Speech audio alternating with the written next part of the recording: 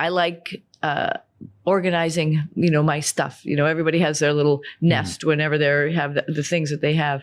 And when somebody doesn't and their stuff's all over the place, it a little bit drives me crazy. And so I know that about myself. So I know when I might encounter a crewmate that has stuff like all over the place, it might cause me anxiety, but that's my problem and I have to deal with that. So does that make sense? Yeah. So you understand more about yourself because you can't change other people. What was the most difficult part for you The most difficult part of the training? Of training. I get nervous about tests. I think it's more like just when you have to do rote memorization. I think that's what I was I was a lot insecure about, if you want to go back to that.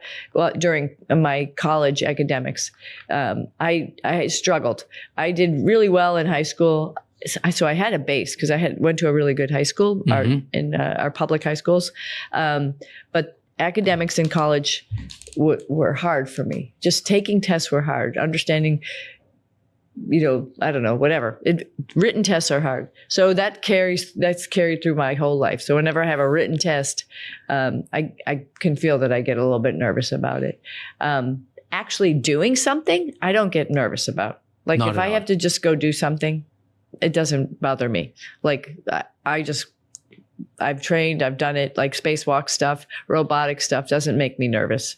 I just sort of put the things together logically in my head and I can do the task. But memorizing things and writing stuff down, that's the tough part. That's tough for me.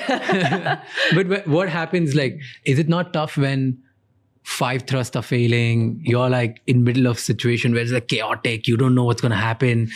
I think, isn't that tough? Like you have to compartmentalize that particular moment. Compartmentalization is something that we've trained to do quite a bit, like just with our military training as a military pilot, because you can only fix one thing at a time and you have to just know your systems well enough to understand what capabilities you have and how you're going to work with those capabilities. So as the thrusters were failing, yes, this is a bad situation. Butch and I looked at each other and we're like, oh, this is not so good.